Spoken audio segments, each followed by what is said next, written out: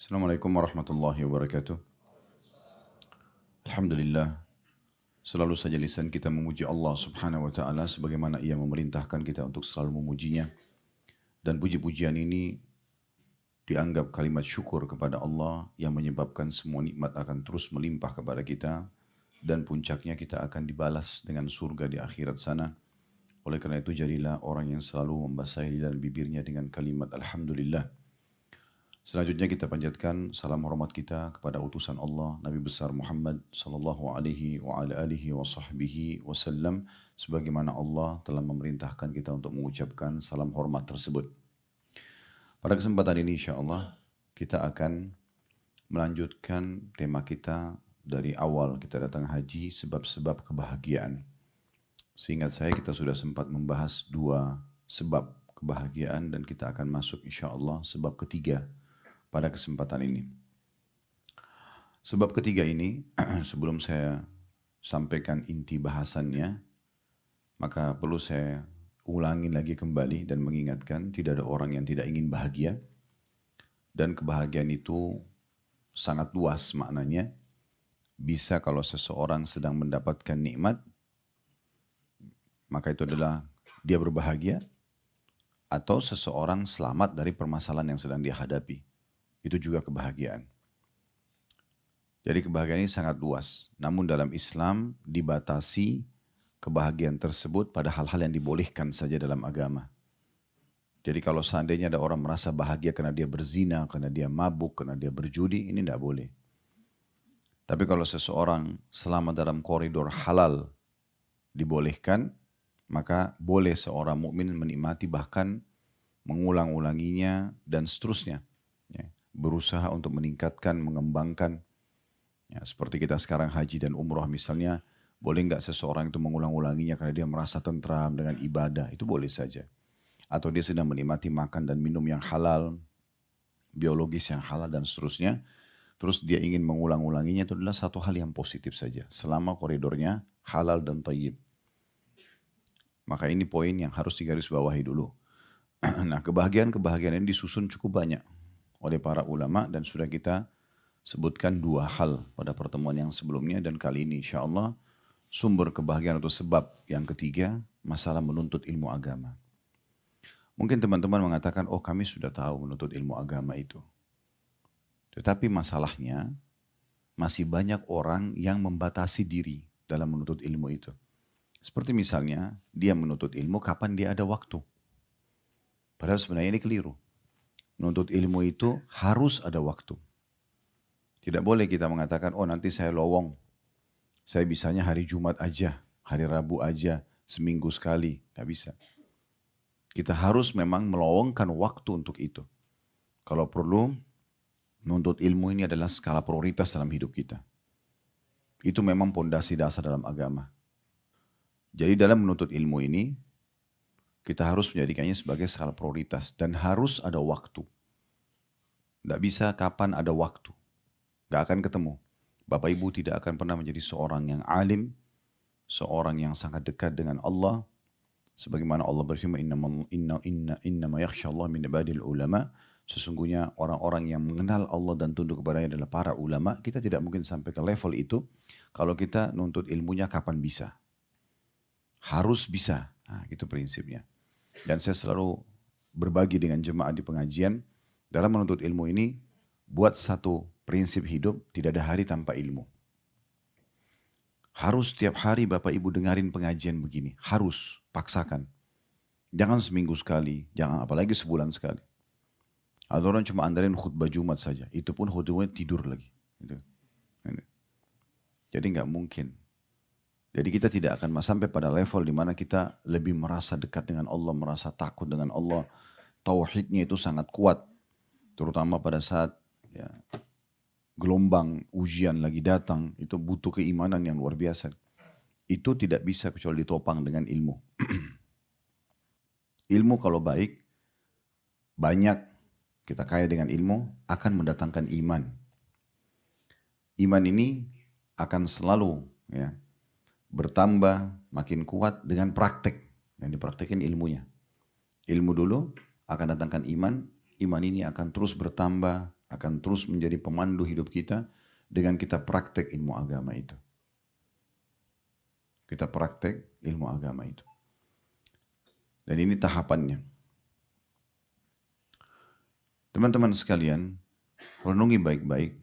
Kalau ilmu ini, ilmu agama, lebih kita butuhkan daripada makanan pada saat kita lapar. Minuman pada saat kita haus. Obat pada saat kita sakit.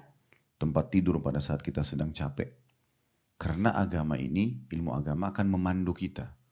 Mana makanan, mana minuman, mana obat, mana tempat tidur yang boleh dan tidak boleh. Itu kedudukan ilmu agama. Jadi dia seperti ibaratnya kalau saya sering bahasakan di pengajian itu kayak bodyguard kita. Kita kalau punya ilmu agama kita jadi tahu. Dia kayak berbicara dengan kita. Kapan kita mau interaksi dengan seseorang, mau membuka peluang pekerjaan, mau apa saja, maka ilmu agama akan datang mengatakan, oh itu nggak boleh, oh ini boleh. Dan orang akan sangat kaya dalam dirinya sendiri kalau dia punya ilmu agama yang banyak. Jadi harus paham baik-baik kalau ilmu ini kita yang butuh padanya. Ilmu tidak akan datang dengan sendirinya. Tidak ada orang lahir dalam kondisi paham, tidak mungkin. Selama Bapak Ibu tidak sengaja mencarinya, tidak akan dapat. Setiap hari aja kita belajar, belum tentu cukup. Imam Nawawi rahimahullah itu belajar 13 kitab di 13 guru setiap hari. Jadi seperti Bapak Ibu duduk pengajian begini, maka Imam Nawawi punya 13 guru dengan 13 kitab yang berbeda setiap hari. Umurnya belum sampai 40 tahun sudah punya karya yang mendunia sampai sekarang. Beliau meninggal sebelum 40 tahun. Tapi tidak ada yang tidak kenal namanya. Semua harinya ilmu. Dan para ulama sudah mengatakan tinta-tinta penahnya para ulama itu lebih afdal daripada darahnya syuhada. Seorang alim itu dia bisa menyabarkan 1000 orang miskin dengan ilmunya. Seorang alim bisa memotivasi 1000 mujahid untuk menumpahkan darahnya. Seorang alim bisa meluruskan 1000 pemimpin agar berlaku adil dengan ilmunya. Seorang alim bisa membuat orang miskin menerima keadaannya sehingga mereka bersabar. Orang kaya menerima keadaannya dan bisa bersyukur. Oke, kita kembali ke masalah penahnya seorang alim itu lebih baik daripada darahnya para syuhada. Karena saya bilang tadi, kalau seorang alim, satu orang alim bisa menyabarkan 1000 orang susah, 1000 orang miskin. Bisa membuat 1000 orang kaya bersyukur. Bisa membuat 1000 mujahid siap menumpahkan darah mereka. Nah. Kemudian juga banyak bisa membuat 1000 pemimpin berlaku adil. Bisa mengubah, ilmu agama itu bisa mengubah orang penakut jadi pemberani. Bisa mengubah pengecut jadi pemberani. Bisa mengubah orang pelit menjadi dermawan. Ilmu agama ini luar biasa. Manfaatnya sangat besar. Makanya Ali radhiyallahu anhu mengatakan, ilmu itu beda dengan harta. Kalau ilmu, dia akan menjagamu. Sementara harta kamu sibuk untuk menjaganya. Orang kalau punya ilmu, dia akan sangat nyaman dengan setiap keadaannya. Dia miskin, dia bersyukur dan bersabar menjalaninya. Kalau dia kaya, dia bersyukur dan terus berbagi. Begitu terus. Orang-orang alim itu luar biasa. Ya. Dan dalam sebuah hadis yang sahih disebutkan, kalau ilmu itu, kalau ada orang menuntut ilmu, dipastikan dia akan jauh sekali dari sifat kemunafikan. Sebagaimana sabda Nabi SAW hadis riwayat Tirmidzi nomor 2684, khaslatani la tajtami'ani fi munafiqin. Ada dua ya, sifat atau karakter tidak akan pernah ada pada diri orang munafik. Karena dia adalah ciri khasnya orang beriman. Artinya kalau ada pada kita ini tidak mungkin kita munafik. Yang pertama kata Nabi SAW husnu samtin. Artinya perangai yang tenang, tidak tergesa-gesa. Ciri orang beriman itu tenang. Walaupun masalah lagi berat, dia tenang aja menghadapinya. Karena ini akan memudahkan dia untuk mendapatkan ide jalan keluar dari permasalahannya. Bukan juga lelet ya. Husnul samt ini artinya orang yang cerdas dan tidak tergesa-gesa mengambil keputusan dan dia sangat bijaksana. Itu samt. Kemudian yang kedua, wala fikhun fid din. dan juga fakih dalam agama. Dua ini tidak akan ada pada orang munafik. Mereka selalu emosional, tergesa-gesa kalau orang munafik itu. Suka su'zon, mendahulukan sangka buruk. Orang beriman tidak. Pasti dia akan sangat tenang. Waktu Nabi SAW mendapatkan berita gosip nyebar satu Madinah, Aisyah berzina sama Safwan. Dan pada saat itu dengan hikmah Allah, Allah nggak turunkan wahyu. Biasanya kalau ada satu kejadian, Allah turunkan wahyu langsung. Menginformasikan jawabannya ini. Waktu itu tidak. Nabi SAW tidak tahu harus berbuat apa. Istrinya digosipin berzina dan memang waktu itu kejadiannya Aisyah tertinggal pada saat pasukan lagi istirahat di tengah jalan. Nah kemudian beliau buang hajat, kembali ke pasukan, pasukan sudah pergi. Pasukan sudah pergi. Aisyah akhirnya radhiyallahu anha waktu buang hajat, karena beliau waktu itu badannya kecil, ringan, disiapkan satu geranda yang ditutup dengan kain, itu dipikul oleh 4 orang sahabat. Waktu beliau keluar dan pasukan lagi istirahat, beliau tidak sempat izin sama Nabi SAW, beliau langsung pergi, pas kembali pasukan sudah jalan. Sahabat yang memikul geranda juga pikir Aisyah ada di dalam. Dengan hikmah Allah SWT terjadi. Waktu di titik istirahat yang depannya, Nabi SAW tanya, mana Aisyah? Mereka panggil, wahai ul-mu'minin, wahai Aisyah. Tidak ada suara. Dibuka gorden, tidak ada. Tersebarlah berita kalau Aisyah kemungkinan ditawan oleh musuh. Nah waktu itu lagi siang bolong. Kayak kita sekarang lagi terang matahari. Dari kejauhan, tiba-tiba Aisyah datang dengan Safwan. Safwan ini adalah seorang sahabat Nabi yang tugasnya, karena dia amanah orangnya, dan dia orang yang sangat soleh. Nabi SAW meletakkan dia di akhir pasukan. Kalau pasukan sudah jalan, dia tunggu dulu. Sudah tidak nampak, dia jalan. Nanti dia nyisir. Ada pedang jatuh, ada perisai, ada apa. Itu diambil sama dia. Nah waktu dia lewat situ, dia lihat Aisyah dari jauh. Dan dia kenal Aisyah. Kata Aisyah, nah dia mengenalku sebelum turunnya ayat hijab atau masalah cadar. Waktu itu belum pakai cadar, akhirnya setelah itu Aisyah pakai cadar. Maka dia tahu, Safwan cuma mengatakan inna lillahi wa inna ilaihi raji'un. Didekatkan unta, lalu Safwan pergi jauh. Aisyah pun sudah faham, unta yang sudah didudukkan, naik ke atas, setelah duduk dengan tenang, saking amanahnya kedua orang ini, Masya Allah. Dalam riwayat dikatakan, Aisyah membiarkan Safwan pergi jauh sehingga tidak tersingkap auratnya, baru dia naik ke atas unta.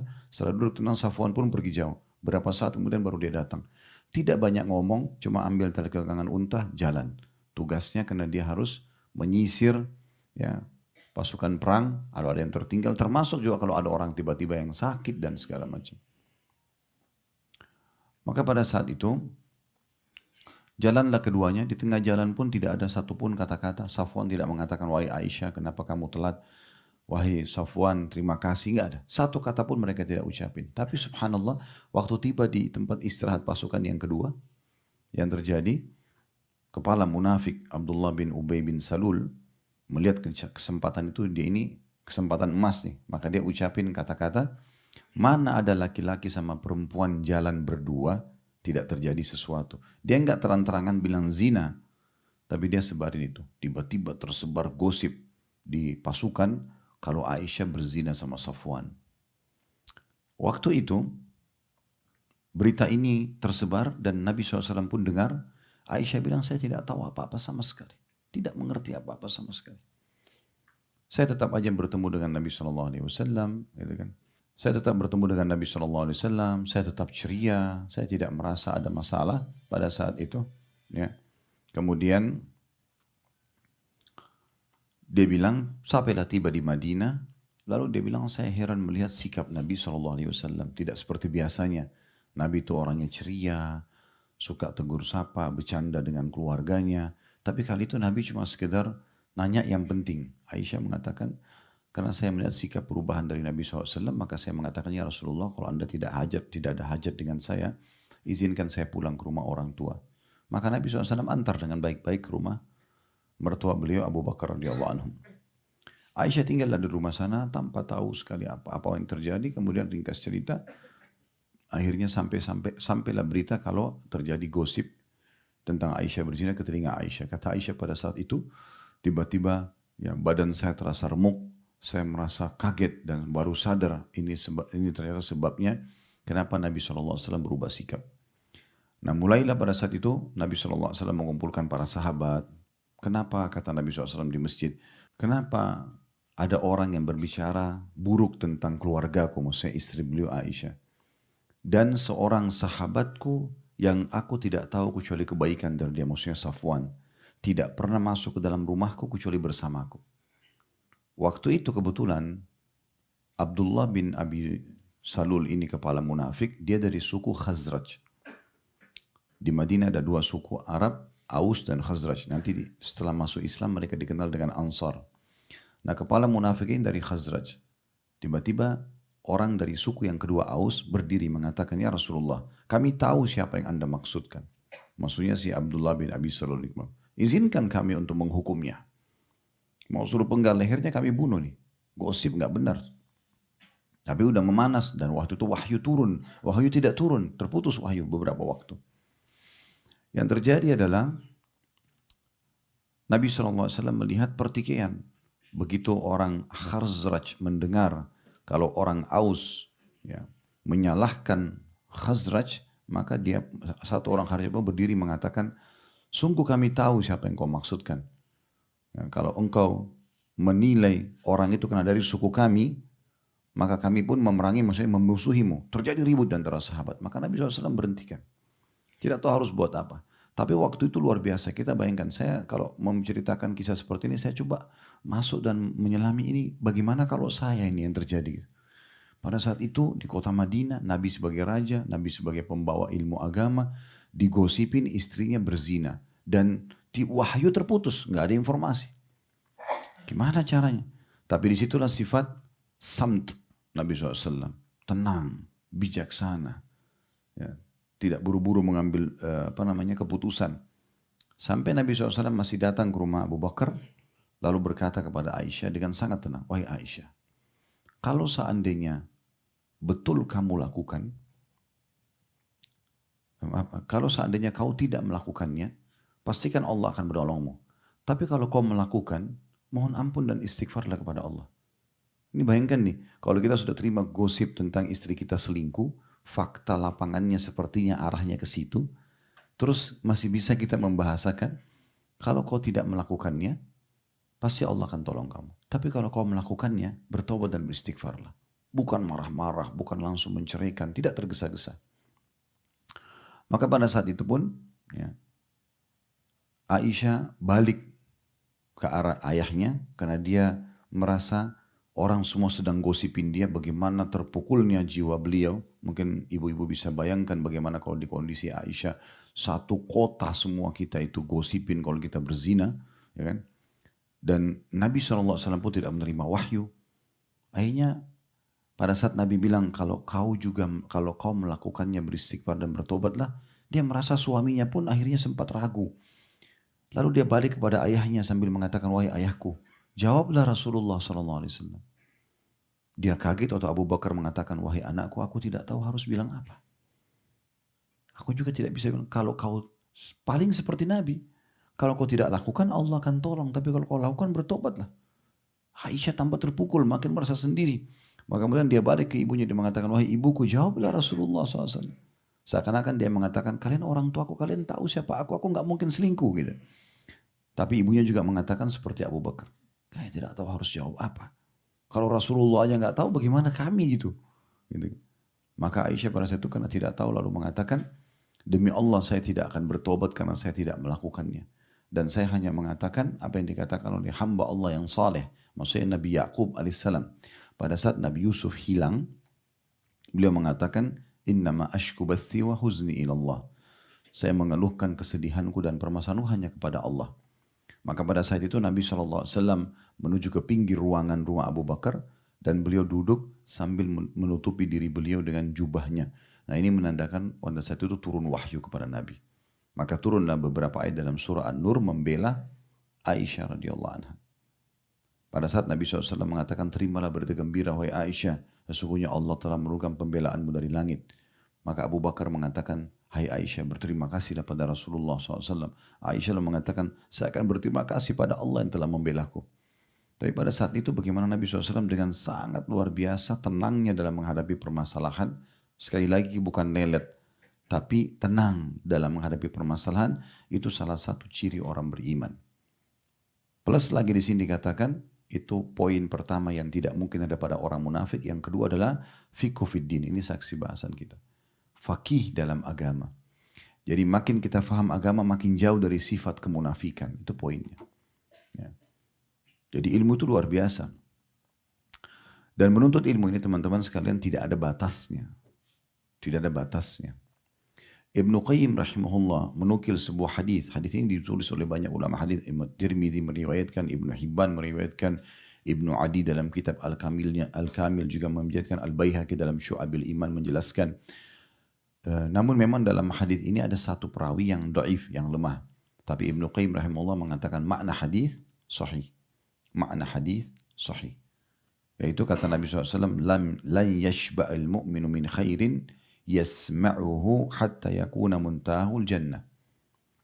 Tidak akan pernah seorang mukmin itu merasa puas dengan ilmu, dengan kebaikan, belajar ilmu halal haram dari Allah, ya, dalam selama dia hidup dalam kehidupannya sampai dia masuk dalam surga. Menuntut ilmu agama ini tidak ada batasnya. Abu Yusuf rahimahullah, seorang muridnya Abu Hanifah, itu pada saat lagi sakit keras, sudah diranjang kematian, beliau sempat waktu masih sehat, beberapa tahun yang lalu, pernah berselisih pendapat dengan seorang alim yang lain, tentang sebuah hukum dalam warisan. Maka, sama dulu tidak ada handphone, tidak ada alat komunikasi kita sekarang. Sekali orang ketemu terus berpisah, Allahu alam ketemu lagi atau tidak, apalagi kalau beda negeri atau beda kota. Pergilah temannya Abu Yusuf ini dan tidak tahu tinggal di mana. Setelah sekian tahun berlalu, Abu Yusuf ini merasa setelah merenungi dalil-dalil yang disampaikan oleh temannya, dia rasa temannya ini benar. Maka dia pun coba cari temannya, nggak ketemu. Pas Abu Yusuf mau meninggal dunia, di hari yang beliau meninggal dunia lagi sakit keras, sudah sangat tua. Rupanya temannya itu dengar sampai berita kalau Abu Yusuf sakit. Datang dia, entah dari negeri mana. Begitu datang Abu Yusuf senyum melihatnya. Lalu Abu Yusuf mengatakan, Alhamdulillah yang telah mengembalikan engkau kepada aku. Syukurin ketemu lagi. Kata temannya, kenapa? Dia bilang, ingat tak dulu kita pernah berselisih pendapat tentang hukum ini dan hukum itu. Sekian tahun yang lalu. Setelah kau pergi, saya baru tahu ternyata kamu yang benar. Tolong ajarkan kepada saya dalil-dalilmu itu. Ini ranjang kematian, sudah mau mati, udah tua sekali. Kata sahabatnya, wahai Abu Yusuf, sekarang saatnya kau syahadat. Bukan saatnya kau nutut ilmu. Dia bilang, saya sudah mengucapkan. Saya sudah syahadat, sudah syahadu an la ilaha illallah, sudah mengulangi la ilaha illallah. Tapi saya meninggal dalam kondisi memahami ilmu itu, lebih saya cintai daripada saya meninggal saya tidak tahu. Di akhir hidupnya, akhirnya temannya ajarin, dalilnya ini, dalilnya ini, dalilnya ini. Setelah selesai dihafal oleh Abu Yusuf, ya. Maka temannya ini bilang, saya pun izin pamit keluar. Begitu saya tiba di pintu rumah Abu Yusuf, terdengar tangisan keluarganya, meninggal dunia. Nuntut ilmu sampai di akhir hidup. Saya ulangi lagi karena ada teman-teman yang baru datang. Poin penting, menuntut ilmu bukan kapan bisa, tapi harus bisa. Dan jangan lewatkan satu hari tanpa dengar ilmu. Walaupun sebuah ayat, sebuah hadis. Gak boleh, kita ini lemah. Syaitan mencari celah di mana kita lagi tidak sibuk dengan ilmu, disitulah tepat sasaran dia akan sesatkan kita. Tapi kapan kita sibuk di dengerin pengajian kayak begini? Kan pikiran kita lagi konsentrasi dan merenungi apa yang sedang dibaca, apa yang sedang didengar. Maka kita akan terbawa dengan arus terus mengkanter apapun bisikan syaitan dengan ilmu itu. Tapi di saat kita lagi tidak menuntut ilmu, di saat itu kita lagi banyak waktu luang yang celah dia bisa masuk karena ilmunya lagi tidak dipelajari atau diperbaharui lagi. Nah seperti itu. Ingat sekali lagi, ilmu atau agama ini teman-teman lebih kita butuhkan daripada makanan pada saat lapar, minuman pada saat haus, tempat tidur pada saat ngantuk, capek, obat pada saat sakit. Karena ilmu agama akan memandu kita mana boleh dan mana tidak boleh. Abdullah bin Mubarak rahimahullah, seorang ulama tabi'in berkata, sampai kapan Anda akan terus mendengarkan hadis? Ini Abdullah bin Mubarak ini kalau dicari orang alimnya tabi'in, maka beliau salah satunya. orangnya sudah gagah, orangnya pinter, orangnya kaya. Abdullah bin Mubarak ini sekedar supaya teman-teman tahu, beliau pernah menghajikan satu kota di Irak, di tempat beliau tinggal. Beliau kaya raya sekali. Apa yang beliau lakukan? Beliau iklanin, saya akan haji. Itu dia baca begitu. Orang dengar dia haji, orang semua mau ikut karena dia seorang alim, bisa konsultasi agama, bisa belajar, bisa lihat ibadahnya. Orang dulu itu banyak mencuri-curi kesempatan mau dengarkan langsung dari ucapannya, mau lihat intip bagaimana ibadahnya, begitu-begitu. Maka hampir satu kota semua mendaftar. Sudah. Tapi Abdullah bin Mubarak kasih syarat. Cuma kalau mau ikut sama saya, jangan bayar dulu. Nanti aja. Ya, ini kisah pribadi beliau. Jangan bayar, tidak usah. Kita berangkat aja dulu. Semua yang mau ikut sama saya, pakai dulu tunggangan saya yang ada. Jadi beliau siapkan unta, beliau siapkan kuda. Sebanyak satu kota ini, ribuan orang. Semua. Dan setiap kuda sama unta, kalau kita sekarang mungkin kendaraan itu penuh dengan perbekalan jalan dari Irak ke Mekah. Itu jaraknya jauh. Bisa hampir 1 bulan perjalanan. Jalanlah mereka. Lalu di tengah jalan, orang-orang pada bilang, wahai Abdullah bin Mubarak, kita sudah lewat setengah jalan nih. Kita butuh untuk memberikan biaya karena kami makan, kami minum. Kami kata Abdullah bin Mubarak, selama masih ada bekal jangan dulu ganggu perjalanan kita. Jalan saja. Jalan saja. Jalan sampai ke Mekah. Begitu tiba di Mekah, pada saat melaksanakan ibadah haji, jemaahnya bilang lagi, wahai Abdullah bin Mubarak, kami mau bayar nih. Kata Abdullah bin Mubarak, ya, jangan dulu. Masih ada bekal. Nanti selesai haji. Udah. Jadi sementara haji itu jemaahnya semua tenang karena bayar semua. Akan bayar gitu. Makan, minum, pokoknya segala macam tendanya semua dibayarin sama dia. Disiapin sama Abdullah bin Mubarak. Selesai haji, mereka semua pada datang. Ini sudah selesai haji. Kami mau bayar. Kata dia, ini kita masih dalam masa haji. Jangan dulu ganggu sekarang. Nanti tiba di Irak. Pulang di Irak pun semua dibiayai sama dia. Begitu pulang di Irak mereka mau bayar. Abdullah bin Mubarak mengatakan Allah sudah membayarkan buat kalian. Tapi memang beliau kaya banget nih. Luar biasa kaya raya dan ilmunya luar biasa. Tidak cukup di situ. Seorang alim itu subhanallah. Makin dalam ilmu kita teman-teman sekalian, kita makin ingin sempurna di semua titik. Jadi tapi yang benar gitu. Kayak misalnya dia akan menjaga penampilannya, dia akan jaga transaksinya, kekayaannya, dia akan jaga keluarganya. Ingin semua perfect di semua poin-poin itu. Tidak mau luput begitu saja. Abdullah bin Mubarak ini selain tampan, beliau juga sukses di bisnisnya. Beliau juga sangat alim dalam ilmu agama, jadi rujukan muslimin di Irak pada saat itu. Beliau juga orang yang sangat pemberani dalam medan perang. Sampai disebutkan dalam satu kisah beliau kalau ikut berperang selalu pakai imamahnya ditutup mukanya. Alisnya pun ditutup, jadi orang tidak tahu siapa dia. Pada saat pasukan lagi ngumpul, dia tutup dirinya. Dan dia selalu ada di belakang pasukan. Dia tahu kalau dia buka ini pasti disuruh ke depan. Dia di belakang pasukan. Satu waktu pasukan muslim ketemu sama pasukan Romawi Nasrani di satu titik di wilayah Irak sana. Kemudian ada satu kesatria pasukan Nasrani yang maju dan mengajak duel umat Islam. Badannya kekar sekali, perlengkapan pedangnya luar biasa, dari kepala sampai kaki semuanya besi, kudanya pun lapis besi. Jadi orang yang sudah siap berperang dan memang kesatria. Nantang-nantang Islam, tidak ada umat Islam yang berani maju.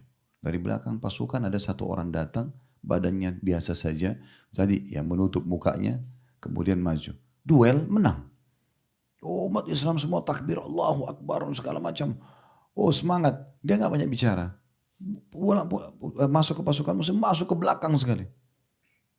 Orang Islam yang lainnya berpikir, yang penting kita sudah menang, ada kesatria muslim yang kalahkan ini, selesai. Tapi ada satu dia pada pasukan muslim penasaran. Ini siapa ini orang? Diikutin dari belakang. Begitu orang ini masuk di pasukan paling belakang, kemudian dia berdiri, dia pikir sudah aman, tidak ada orang yang ikutin dia. Dia tidak tahu kalau di belakang dia ini ada satu orang gitu. Nah orang dari belakang ini tiba-tiba loncat, ditarik. Dan tutup mukanya, ternyata dia Abdullah bin Mubarak. Maka Abdullah bin Mubarak menitip pesan, langsung dia mengatakan, oh ternyata Anda, kata orang itu. Dengan suara sedikit diangkat. Kata Abdullah bin Mubarak, tolong tutupi aib saya ini. Dia anggap kalau dia ditahu ini, aib bagi dia, menghilangkan pahala. Dia mohon-mohon sama orang itu supaya jangan bilang. Kalau kita kan sekarang malah, oh ini lagi dipuji nih, oh kesempatan. Kalau orang tidak ada ilmunya memang begitu. Kalau ada ilmunya dia nggak pusing dengan pujian. Nah itu contohnya.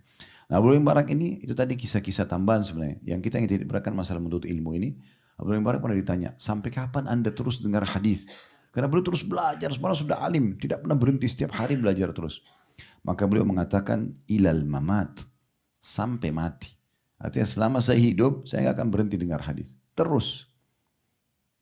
Kalau bahasa ini teman-teman, kalau saya lebih tekankan lagi, berarti setiap detiknya, selama saya masih hidup, saya akan dengar ilmu terus. Bukan setiap hari, setiap detik ada kesempatan saya akan dengar. Selain kalau ada aktivitas lain memutus, setelah itu baru tetap kembali ke ilmu lagi. Jadi tadi saya kembali lagi poin penting. Kalau Bapak Ibu bawa pulang dari pengajian kita ini saja sudah cukup buat saya. Ilmu itu bukan datang sendirian, tapi harus didatangi. Tidak ada orang lahir alim, harus belajar. Dan ilmu itu bukan kapan bisa, tapi harus bisa. Nggak bisa kita hanya sekedar, oh nanti kalau saya lowong. Apalagi tadi saya bilang cuma dengerin khutbah Jumat. Sudah gitu tidur lagi. Ya. Tambah khatibnya juga suaranya kecil. Ya. Baca teks saja, wah ini tambah kemana-mana gitu. Saya kadang-kadang kalau khutbah Jumat di masjid-masjid di Jakarta, di situ sering ditulis, khutbah Jumat di mimbar itu 15 sampai 20 menit. Saya bilang sama pengurus masjidnya, Pak, tolong khusus khutbah saya jangan dibatasi begini. Saya kalau 15-20 menit tahmid sama salawat sama doa habis. Sementara orang-orang yang datang di masjid ini banyak di antara mereka. 90% belum pernah ngaji nih. Mereka sibuk dengan dunianya. Nah, khutbah Jumat itulah kita beri mereka bekal untuk minimal 1 minggu ke depan. Jumat depan dicas lagi. Kalau cuma datang ngomong sebentar langsung pergi, belum tentu juga berbekas bagi mereka, ini nggak bisa. Berapa lama Ustaz saya minta? Batas saya dengan khutbah pertama, khutbah kedua dengan doa itu 40 menit. Kalau saya dikasih insya Allah 40 menit ini saya bisa lakukan. Oke. Akhirnya setiap khutbah saya alhamdulillah kertas itu diangkat. Ya. Karena kalau itu kan mengganggu besar tulisannya di mimbar itu. Karena teman-teman kalau tidak khutbah tidak tahu, tapi banyak di situ diprintkan besar-besar kertas.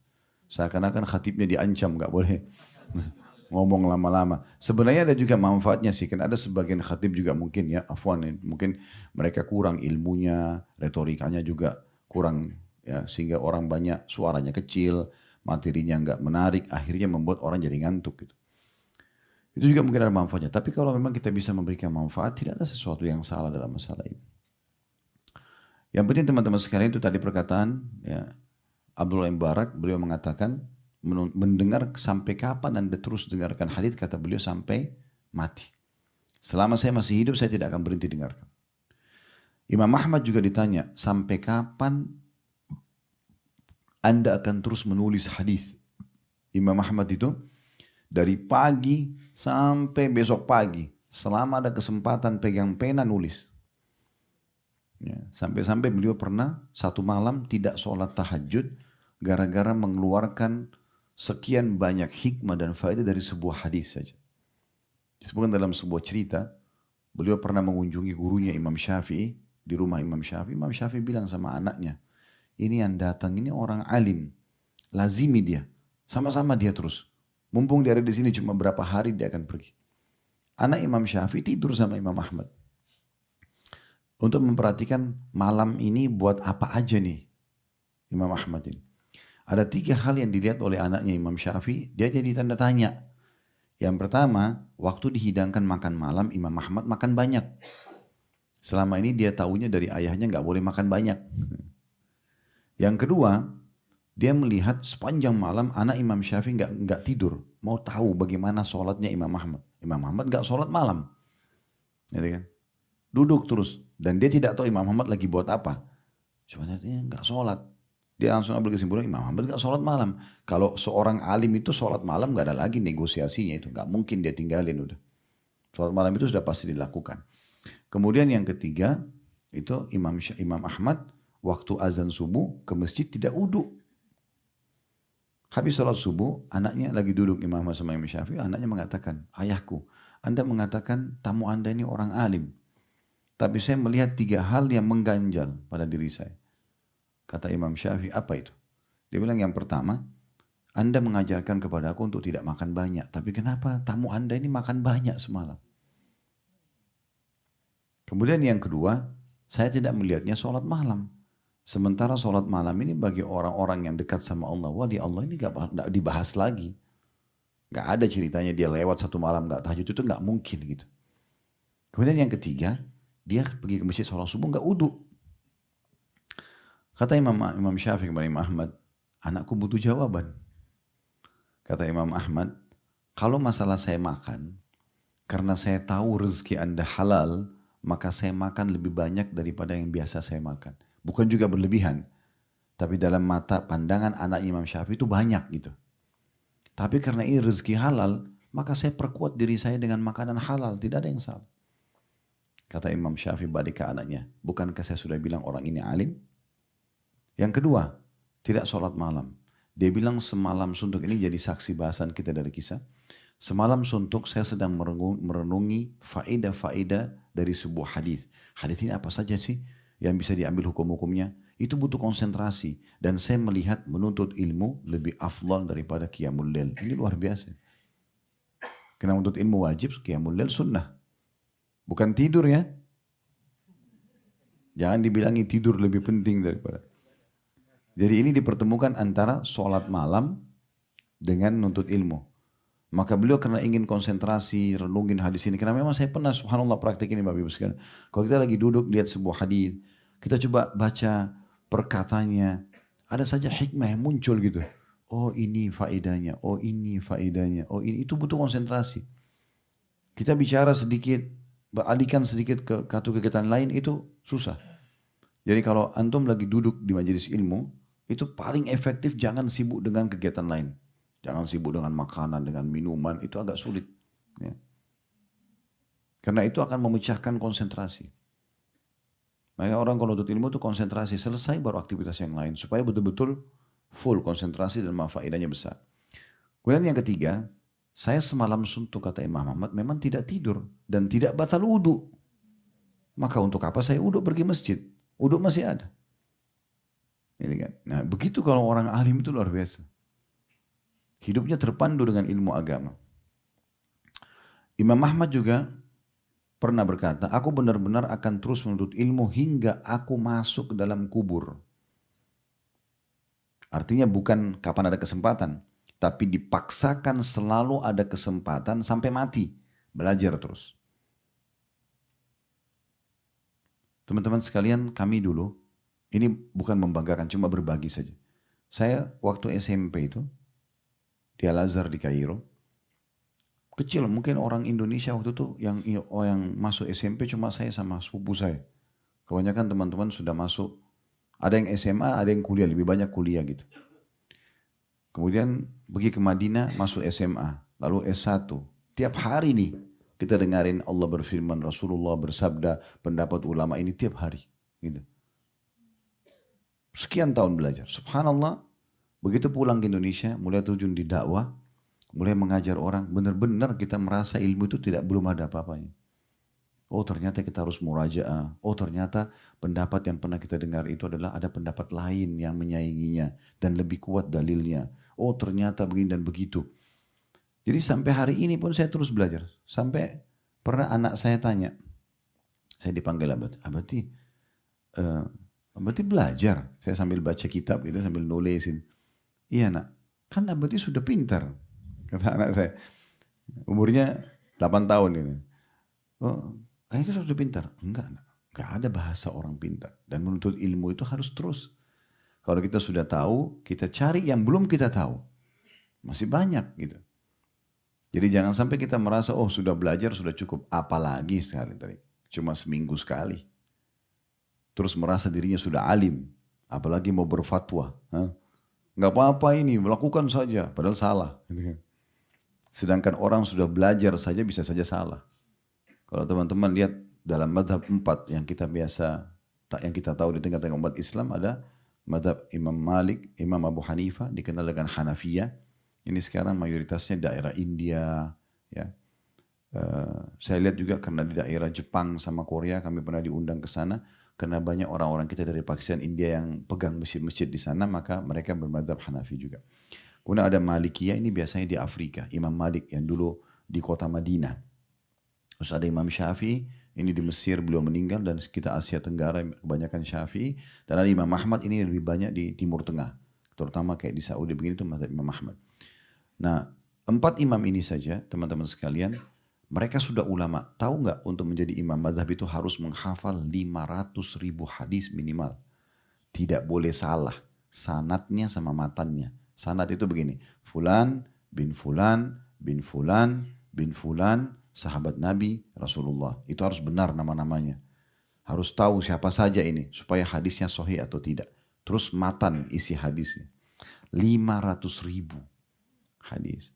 Ya, itu selain daripada hafal Quran 30 juz, hafal dengan macam-macam.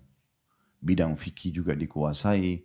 Ya, sekarang ada cabang-cabang banyak, ada usul fikih, ada ilmu hadis, ada mustalah hadisnya, banyak cabang-cabangnya ilmu agama itu. Jadi harus betul-betul bisa menguasai banyak hal gitu ya. Itu baru bisa diistilahkan dengan orang itu mungkin alim atau yang ya semisalnya atau mendekati itu. Ini perlu untuk digarisbawahi itu teman-teman. Kemudian Abdullah bin Bishr berkata, aku berharap ketika maut datang, tinta masih di sisiku. Masih mau menulis. Semoga pena dan tintaku tidak lepas dariku pada saat mati. Meninggal dalam kondisi pegang pena. Dan umumnya ulama-ulama salaf kalau ditanya sampai kapan anda belajar, sampai kapan anda belajar, umumnya mengatakan sampai atau selama kami masih hidup. Hasan Basri juga pernah ditanya oleh seseorang yang usianya sudah 80 tahun. Apakah saya masih pantas belajar agama? 80 tahun nanya. Di umur begini ini sudah putih ubanan semua, masih perlu belajar agama gak sih? Kata Hasan Basri rahimahullah, iya, sebagaimana kau masih layak hidup, kau masih wajib untuk belajar. Jadi nggak ada kata-kata, oh nanti aja misalnya. Nggak bisa. Cukup banyak teman-teman sekalian penyebutan dalam Al-Quran dan Hadis tentang keutamaan orang yang menuntut ilmu. Kalau Ibnu Qayyim rahimahullah dalam buku beliau Miftah Darus Sa'adah menyebutkan lebih dari 100 keutamaan penuntut ilmu. Saya akan coba bacakan sebagiannya saja karena ini mungkin butuh waktu yang cukup banyak membahas. Di mana Allah Subhanahu wa taala menyebutkan dalil pertama surah Az-Zumar ayat 9. Allah memastikan orang-orang berilmu itu akan berbeda sekali dengan orang yang tidak berilmu. Karena dia punya panduan hidup. Dia akan terkontrol dengan ilmu agama itu. Beda dengan orang yang tidak tahu. Dia akan sembraut jalan semaunya sendiri.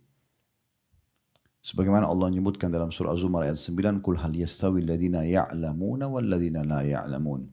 Katakan hai Muhammad, apakah sama orang yang tahu ilmu agama itu dengan orang yang tidak mengetahuinya? Tanda tanya. Ini dikuatkan dengan surah Al-Hasyr ayat 20 yang berbunyi la yastawi ashabun nari wa ashabul jannati humul faizun.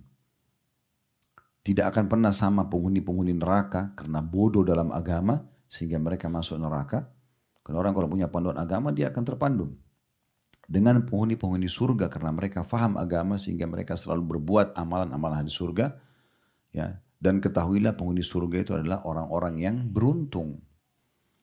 Tidak bisa teman-teman sekalian masuk surga tanpa ilmu. Ilmu itu akan memandu ke surga. Makanya kata Nabi SAW dalam hadis yang sahih, ya, siapa yang meniti jalan menuntut ilmu, Allah akan mudahkan jalannya menuju ke surga. Karena dengan kita tahu, oh diperintahkan ini, oh ini wajib, oh ini sunnah, keutamaannya ini, oh ini haram, ini makruh, dan ini ancamannya. Kita jadi terkontrol di situ, maka ke surga. Ya, seperti itu gambarannya. Kemudian juga kita sudah tahu sama-sama teman sekalian tidak tertutup lagi bagi kita banyak sekali ayat di antaranya yang masyhur surah Al-Mujadilah ayat 11 ya. Tentang masalah Allah meninggikan derajat orang-orang beriman dan menuntut ilmu. Sebagaimana firman Allah berbunyi, ya ayyuhalladzina amanu idza qila lakum tafassahu fil majalis fafsahu yafsahillahu lakum wa idza qila anshudu fanshudu yarfa'illahu alladzina amanu minkum walladzina utul ilma darajat wallahu bima ta'maluna khabir. Hai orang-orang beriman, apabila dikatakan kepadamu berlapang-lapanglah dalam majlis, maka lapangkanlah, niscaya Allah akan melapangkan juga untuk kalian. Dan apabila dikatakan berdirilah kamu, bubarlah, maka berdirilah. Niscaya Allah akan meninggikan derajat orang-orang beriman di antara kamu dan orang-orang yang diberi ilmu pengetahuan agama beberapa derajat. Tentu ilmu umum juga masuk kalau bermanfaat, tapi ilmu agama level nomor 1. Dan Allah maha mengetahui apa yang kamu kerjakan. Ilmu umum, Bapak Ibu bisa kursus. Ilmu agama nggak bisa kursus. Pesantren kilat itu yang biasa dibuat atau daurah-daurah dalam bahasa agama, ini cuman pemicu saja. Supaya Bapak Ibu pada saat kita pengajian begini nih, dengar, oh ternyata harus belajar ya. Nah ini cuma seperti pembukanya, kuncinya. Setelah itu Bapak Ibu harus masuk ke dalam pintu ilmu itu dan tekuni. Jangan selalu merasa cukup gitu. Dan orang-orang yang sudah masuk ke dalam dirinya ilmu ini akan mendatangkan iman. Selain Allah angkat derajatnya. Subhanallah, orang yang menuntut ilmu itu kita akan temukan walaupun keadaan ekonominya biasa, kita akan temukan dia dimuliakan di masyarakat. Dan tidak sedikit di antara mereka yang kami ketahui ya, rata-rata orang-orang alim itu Allah bukain pintu rezekinya. Allah muliakan, harumkan namanya. Allah berkahi kehidupannya. Gitu kan. Kemudian juga ilmu ini akan mendorong seseorang itu untuk selalu beramal soleh. Karena amal soleh itu didorong oleh ilmu. Dan ini tidak mungkin dilakukan kecuali dengan ilmu tadi itu. Dan juga ilmu ini akan mendatangkan iman dalam hati yang membuat hati itu bergetar. Dia kayak bergetar ini jangan dibayangkan seperti bergetarnya jam beker. Tapi dia seperti hati yang sering kali lihat jenazah lewat kita kayak ketakutan. Sebagian salaf itu kalau lihat api saja, pernah di antara mereka melihat api unggun, itu mereka nangis terisak sampai ada yang pingsan. Utsman bin Affan radhiyallahu anhu membaca Alhaakumut takatsur hatta zurtumul maqabir. Kalian terus sibuk mengumpulkan harta sampai kalian mendatangi kuburan, pingsan. Baca ayat itu. Maka kita biasa baca itu tuh tidak apa-apa, tapi beliau pingsan sampai istrinya ketakutan, panggil semua sahabat Nabi, dipercikin air, dibangunkan sampai beliau bangun. Lalu kemudian orang-orang tanya, ada apa dengan anda? Dia bilang, saya baru baca ayat tentang kuburan. Orang semua kaget. Bahasa sahabat pada saat itu, ya Utsman, ya, apakah kamu takut? Wa anta ant. Bahasa Arab itu kalau wa anta ant itu seperti, siapa kamu ini? Masa masih takut tentang kuburan? Nabi sudah bilang, Utsman di surga. Ada jaminan. Anak mantu Nabi, orang sahabat yang paling banyak berinfak, gitu kan. Ada jaminan surga buat beliau, ikut jihad-jihad Nabi SAW, termasuk orang-orang yang pertama masuk Islam di Mekah, orang yang hijrah ke Madinah, keutamanya luar biasa, terlalu banyak. Sempat menjadi raja muslimin, menyebarkan keadilan. Maka dikatakan oleh orang-orang, wa anta ant, apakah kamu takut sementara kamu ini siapa gitu? Maka Utsman bin Affan mengucapkan statement yang menarik gitu. Beliau mengatakan Rasulullah SAW menjamin untukku surga di sana. Tapi belum ada jaminan untukku tentang kuburan. Mungkin aku disiksa dulu di kuburan baru aku masuk surga mungkin. Kenapa aku tidak mohon sama Allah agar diselamatkan dulu? Begitu. Jadi kepekaan itu akan muncul. Itulah yang Allah gambarkan dalam surah Al-Anfal ayat 2 sampai ayat 4. Yang bunyinya innamal mu'minuna alladhina idza dzukirallahu wajilat qulubuhum wa idza tuliyat alaihim ayatuhu zadatuhum imana wa ala rabbihim yatawakkalun alladhina yuqimuna as-salata wa mimma razaqnahum yunfikun ulaika humul mu'minuna haqqan lahum darajatun inda rabbihim wa maghfiratun wa rizqun karim. Yang artinya sungguhnya orang-orang beriman itu ialah mereka yang bila disebut nama Allah gemetarlah hati mereka. Ini di garis bawahi. Gemetarnya hati itu karena ilmunya. Iman yang muncul karena ilmu. Ya, itu pengaruhnya besar sekali. Dan apabila dibacakan ayat-ayat Allah, bertambahlah iman mereka. Dan hanya kepada Tuhan mereka lah mereka bertawakal. Yaitu orang-orang yang sibuk mendirikan sholat, menafkahkan sebagian dari rezeki yang kami berikan kepada mereka. Itulah orang-orang yang beriman dengan sebenar-benarnya. Mereka akan memperoleh beberapa derajat yang tinggi di sisi Tuhan mereka. Juga ampunan serta rezeki yang mulia. Nah, jadi dia akan mendatangkan seperti itu. Kemudian juga sebagaimana tadi saya bahasakan di awal ada sempat saya singgung firman Allah SWT surah Fatir ayat 28. Orang-orang yang mengenal Tuhannya, orang-orang yang tunduk pada peraturan-peraturan Allah, yang halal mereka nikmati, yang diperintahkan wajib dan sunnah mereka kerjakan, yang dilarang haram dan makruh mereka tinggalkan, itu adalah orang-orang yang berilmu. Sehingga hidupnya selalu sibuk dari halal ke halal dan selalu menjauhi haram ke haram yang lainnya. Dan orang makin tinggi ilmunya, maka makin tidak memilah mana yang wajib, mana yang sunnah. Maksudnya dalam mengerjakan. Kita akan temukan mereka maksimal di yang wajib, maksimal di yang sunnah. Begitu juga mereka tidak memilah lagi dalam meninggalkan mana yang haram, mana yang makruh. Jadi jangankan yang haram, makruh pun mereka tidak mau sentuh. Makruh pun mereka tidak perlu sentuh. Dan begitu juga dengan hal yang syubhat, ragu-ragu, mereka tidak akan pernah melakukannya. Dinukil sebuah riwayat kita mulai dari baginda Nabi SAW. Beliau pernah masuk ke rumahnya lalu makan kurma. Ada tergeletak dekat ranjang makan kurma. Semalam suntuk Nabi gelisah, gak bisa tidur. Ditanya oleh istrinya, ada apa ya Rasulullah? Tidak seperti ini biasanya. Dia mengatakan tadi saya temukan sebelum tidur ada sebutir kurma tergeletak dekat ranjang. Lalu saya memakannya. Tapi tiba-tiba saya teringat di rumah kita ini lagi ada kurma sedekah dititipin. Saya khawatir itu adalah titipan sedekah yang saya makan. Sehingga tidak halal buat saya. Semalaman Nabi SAW gelisah gara-gara satu butir kurma. Berapa banyak orang yang tidak peduli dengan masalah ini. Dia makan, dia minum, punya orang. Ya, atau diambil dari hak orang lain. Maka akhirnya jadi haram di tubuhnya. Allah berfirman dalam surah Fatir ayat 28. Innama yakhshallaha min ibadihil ulama'. Innallaha azizun hakim. Innallaha azizun ghafur. Ya. Artinya sungguhnya yang takut kepada Allah, yang tunduk dan sibuk mengerjakan perintah meninggalkan larangan Allah adalah di antara hamba-hambanya adalah ulama atau hanyalah ulama. Sesungguhnya Allah Maha Perkasa lagi Maha Pengampun. Jadi memang hanya mereka saja yang betul-betul tunduk kepada Allah Subhanahu wa taala. Ibnu Mas'ud berkata radhiyallahu anhu menanggapi ayat ini, kafa bi khasyatillahi ilma. Ini kalimat dalam sekali. Kata beliau, rasa takut kepada Allah Ta'ala sudah cukup dikatakan sebagai sebuah ilmu. Artinya tidak mungkin muncul rasa takut kepada Allah kecuali orang yang punya ilmu. Wa kafa bil iktirari billahi jahla. Dan cukuplah dan anggapan bahwa Allah tidak mengetahui perbuatan seseorang sudah cukup dikatakan kebodohan. Dinukil dari statement atau bukunya Ibnu Mubarak dalam kitab Zuhd.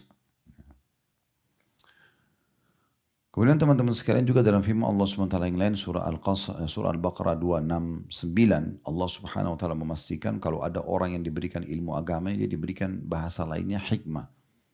Dan ini kalau orang mendapatkan Bapak Ibu sekalian, Bapak Ibu bisa duduk di majelis ilmu seperti ini dengarin, renungin, amalkan, itu berarti Allah sedang menginginkan kebaikan buat kita.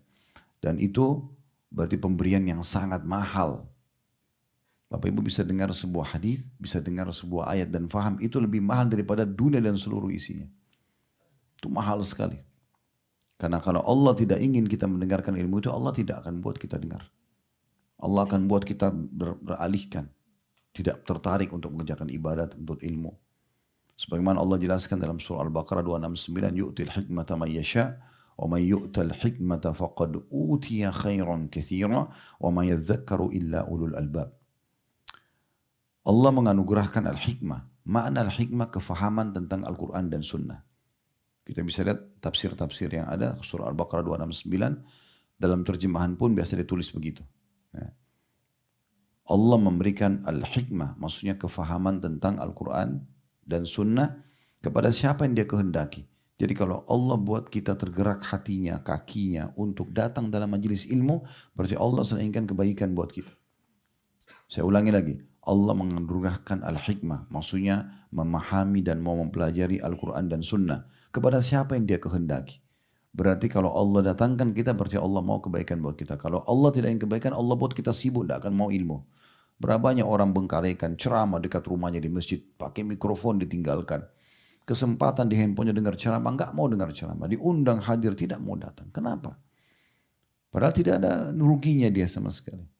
Kalau seandainya teman-teman sekalian kita ini belajar ilmu, kayak ini Bapak Ibu, kepala kita sekarang ukurannya seperti ini, maaf. Pada saat kita belajar agama, sekali duduk begini kepala kita jadi 2 kali lipat lebih besar. 10 kali kita belajar, 10 kali lebih besar. Mungkin susah untuk ilmu. Karena kepala kita akan besar. Tapi ini tidak. Mau kita belajar kalau dari bayi sudah bisa belajar. Ini kan tidak mungkin. Tapi kalau dari bayi bisa belajar sampai kita mati 70, 80 tahun, 100 tahun pun nggak akan habis memori kita itu nampung. Jadi nggak ada ruginya belajar. Sekali lagi dalam terjemahan Al-Baqarah 269, Allah menganugerahkan al-hikmah atau pemahaman tentang Al-Quran dan Sunnah kepada siapa yang dikehendakinya. Dan barang siapa yang dianugerahi hikmah, ilmu agama, faham firman Allah, faham sabda Nabi SAW, sungguh ia benar-benar telah dianugerahi karunia yang sangat banyak. Sudah punya ilmu agama itu sudah kaya banget orang itu. Ya. Dan hanya orang-orang berakal lah, yang cerdas, yang dapat mengambil manfaat dari firman Allah ini. Ini Allah yang bilang, bisa dilihat ayat 269. Sekali lagi saya ulangi, renungi baik-baik. Allah menganugerahkan al-hikmah, pemahaman tentang Al-Quran dan Sunnah, ilmu agama, bagi siapa yang dia kehendaki. Sekali lagi, kalau kita dibuat hati kita tergerak, kaki kita tergerak, mau belajar, mau menulis, mau mengetahui, haus dengan ilmu, berarti kita termasuk orang yang Allah mau kebaikan buat kita. Dan barang siapa yang dianugerahi hikmah, ia benar-benar telah dianugerahi karunia yang banyak. Dan hanya orang-orang berakallah yang cerdas yang mengambil pelajaran dari firman Allah ini. Dengar, oh iya, untuk ilmu itu pentingnya, belajar terus. Dan ingat, belajar harus ada waktu, bukan kapan ada waktu. Itu penting. Ibnu Qutaibah dan jumhur berpendapat bahwasanya makna al-hikmah adalah ya, mencocoki kebenaran atau mencari tahu tentang kebenaran dan mengamalkan kebenaran tersebut. Kita coba masuk teman-teman sekalian dari hadis, karena kalau firman Allah SWT cukup banyak dalam masalah ini. Tapi hadis termasuk juga mungkin yang kita biasa baca surah Al-Kahfi di malam Jumat, hari Jumat itu kan kenapa diulang-ulangi di anjuran untuk dibaca? Karena dalamnya ada banyak kisah-kisah kan. Kisah tentang diantaranya Nabi Musa. Pada saat Nabi Musa mengatakan saya kepada Bani Israel, dia mengatakan saya adalah orang paling alim di muka bumi. Pada saat itu Jibril turun langsung membawa wahyu Allah SWT mengatakan, hai Musa, perkataan kamu ini ditolak sama Allah. Sungguhnya masih banyak hamba Allah yang lebih pintar daripada kamu. Pergilah cari seorang hamba Allah yang bernama Khidir. Cirinya engkau membawa ikan ya, di satu wadah, jalanlah telusuri laut. Kalau ikan itu loncat ke laut, disitulah tempat dia. Jadi saking luasnya ilmu sampai Allah kasih isyarat. Kan bisa saja Allah langsung terbangkan Nabi Musa ketemu sama Khidir. Tapi enggak, disuruh belajar Nabi Musa. Jalan dulu, cari tahu. Itu kan unik ya. Ikan ditaruh di satu wadah air di bawah-bawah. Jalan pesisir laut. Kapan ikan ini loncat ke air, di situ tempatnya. Ini kan ilmu ini. Enggak sembarangan gitu ya. Kayak sebuah teka-teki. Jadi membuat orang cerdas berpikir. Nah pada saat ketemu sama Nabi Khidir, jelas. Langsung Nabi Musa mengatakan, saya ya, dapat informasi dari wahyu kalau engkau adalah hamba Allah yang diberikan ilmu, tolong mudahkan saya untuk belajar. Nabi Musa, kelas Nabi Musa masih mau belajar. Ya. Nabi Khidir kasih syarat sebagai gurunya. Boleh, kalau mau jalan sama belajar sama saya, tapi satu syarat. Apa yang saya kerjakan, jangan tanya sampai saya yang jelaskan. Gak boleh setiap satu, saya buat apa? Kenapa kau buat ini? Kenapa kau buat ini? Ikut saya dulu. Nanti akan saya jelaskan di saat waktunya. Oke, deal, sepakat. Rupanya terjadi, Nabi Khidir naik di kapal sama Nabi Musa. Tiba-tiba Nabi Khidir bolongin kapal itu. Nabi Musa pakai akalnya saja. Masa kapal baik-baik? Nelayan kebetulan dalam riwayat itu disebutkan yang pinjamin kapal itu baik-baik, digratisin karena tahu Nabi Khidir. Tapi Nabi Khidir malah rusak kapal orang. Nabi Musa bilang, kok bisa kapal orang dibolong kenapa nih? Nabi Khidir bilang, kan sudah saya bilang, jangan tanya sampai saya yang jelasin. Oh iya, maaf.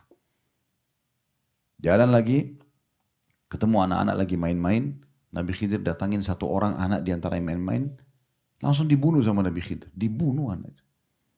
Nabi Musa bilang, bagaimana bisa kau bunuh anak yang tidak ada dosanya, belum balik.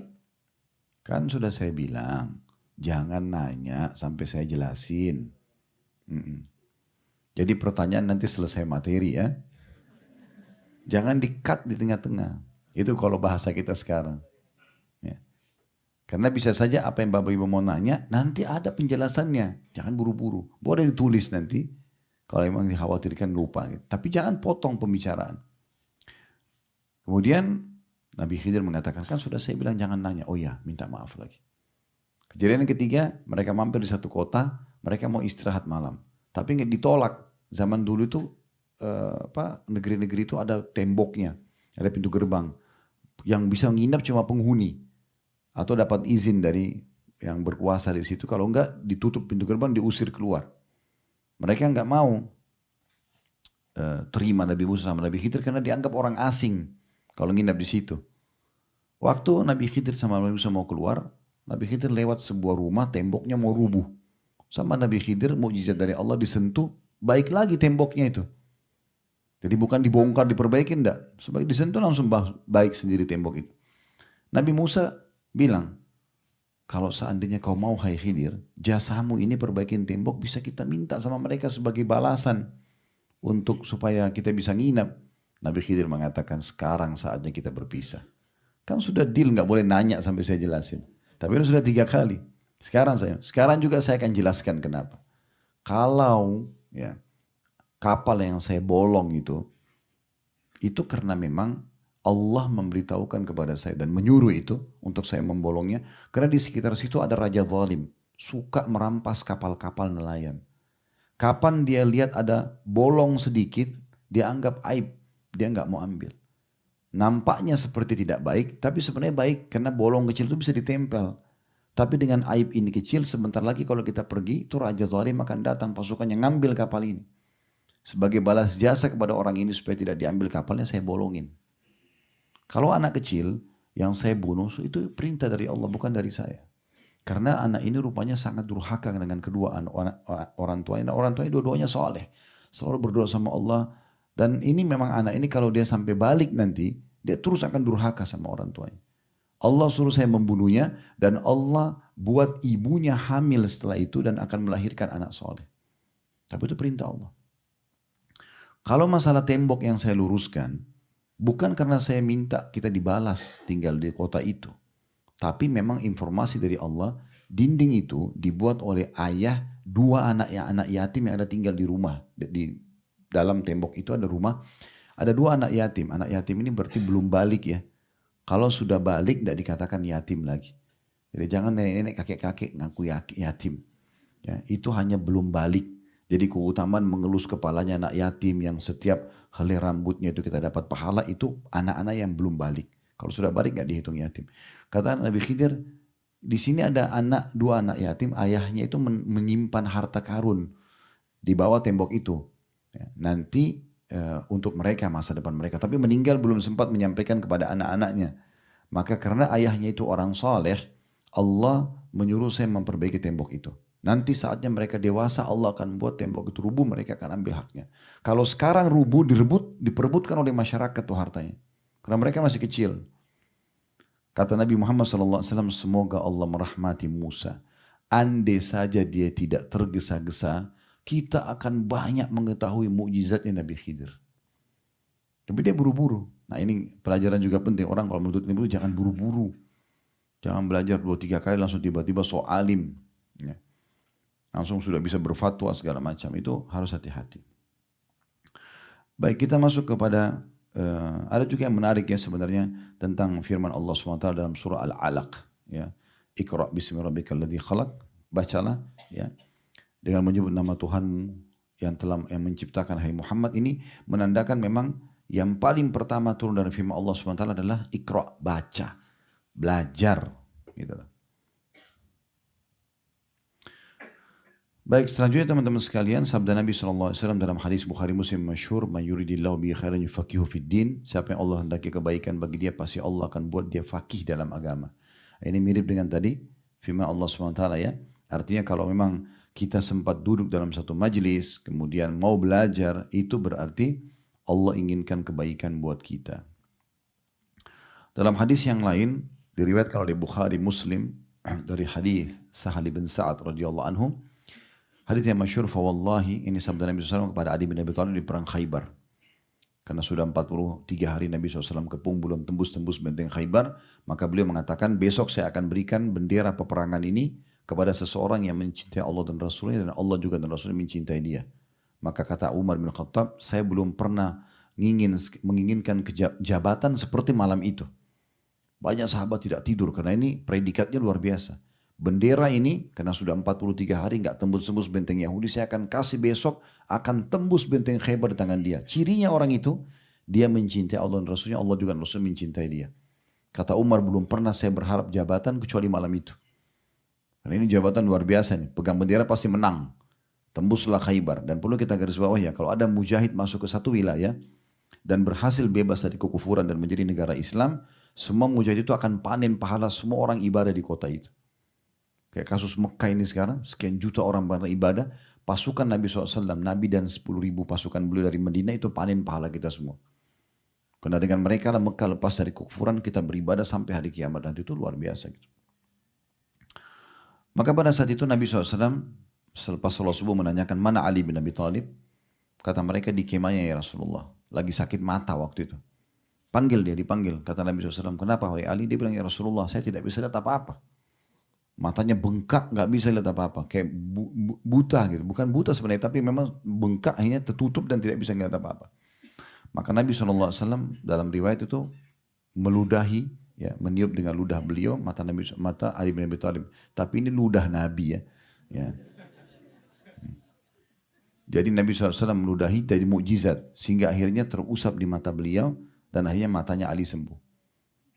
Ini sering terjadi ya, seperti kasus Abdullah bin Abi Atiq radhiyallahu anhu yang pernah kakinya patah karena pergi membunuh salah satu pimpinan Yahudi, gitu kan? Kakinya patah waktu melarikan diri dari benteng Yahudi, itu disembur ludah Nabi SAW, tulang patahnya itu sembuh. Ya. Dan banyak kisah-kisah mujizat Nabi SAW seperti ada sahabat yang matanya keluar, dimasukkan kembali oleh Nabi sembuh dan seterusnya. Nah itu seperti itu. Yang jelas waktu itu Ali bin Abi Thalib, Nabi SAW menasihatkan, hai Ali, majulah dengan tenang.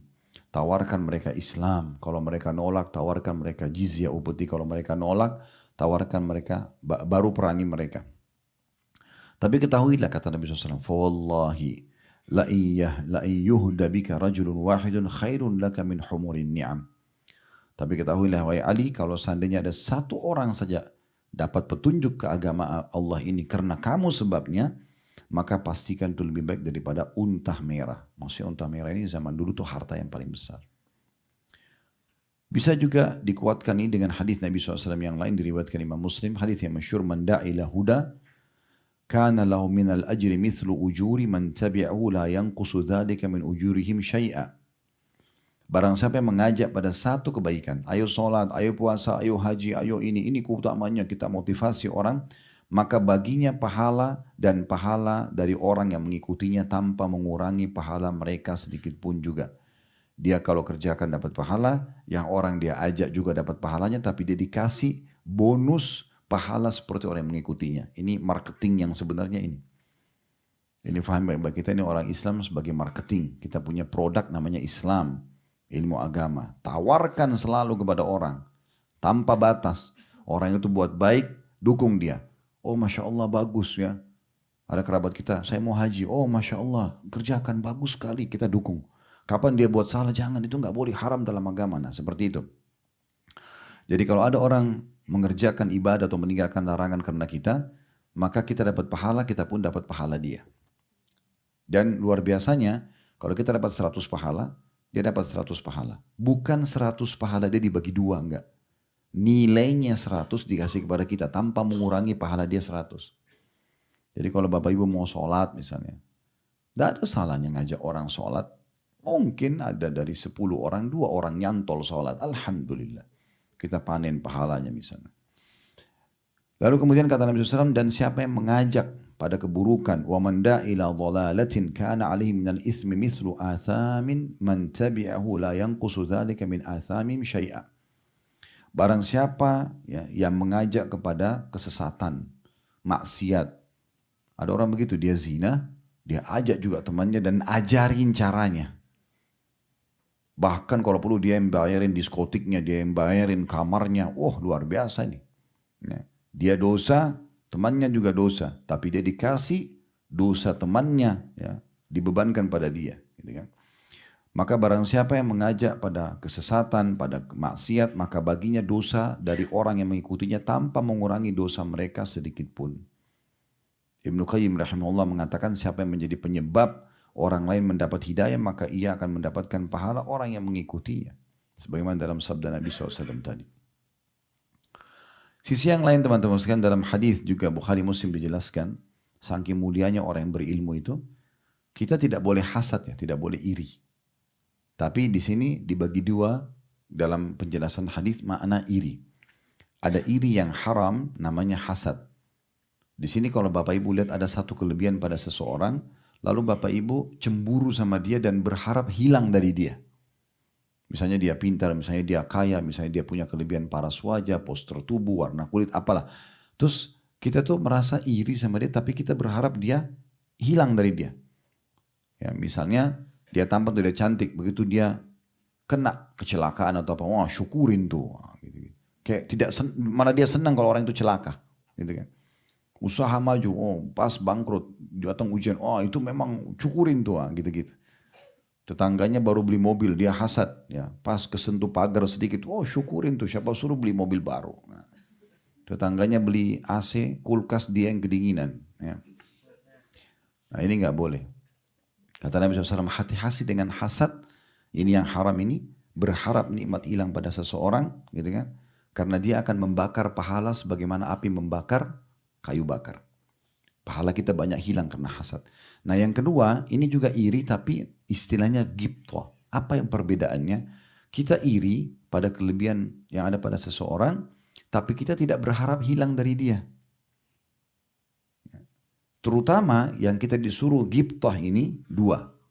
Disebutkan dalam hadis yang saya akan bacakan hadis riwayat Bukhari Muslim, kata Nabi SAW, la hasada illa fi itsnatain. Tidak boleh orang iri, tapi yang kedua ya, yang ghibthah. Tidak berharap hilang dari dia. Kecuali dua. Dua orang ini kejar. Usahakan kalian iri pada mereka. Tapi irinya tidak berharap hilang dari mereka. Yaitu, rajulun atahu Allahu malan fasallatahu ala halakati fil haqq. Seseorang yang Allah karuniai harta yang melimpah dan dia menghabiskan di jalan Allah. Suka sekali sedekah. Nah iri pada orang begini. Irinya kenapa?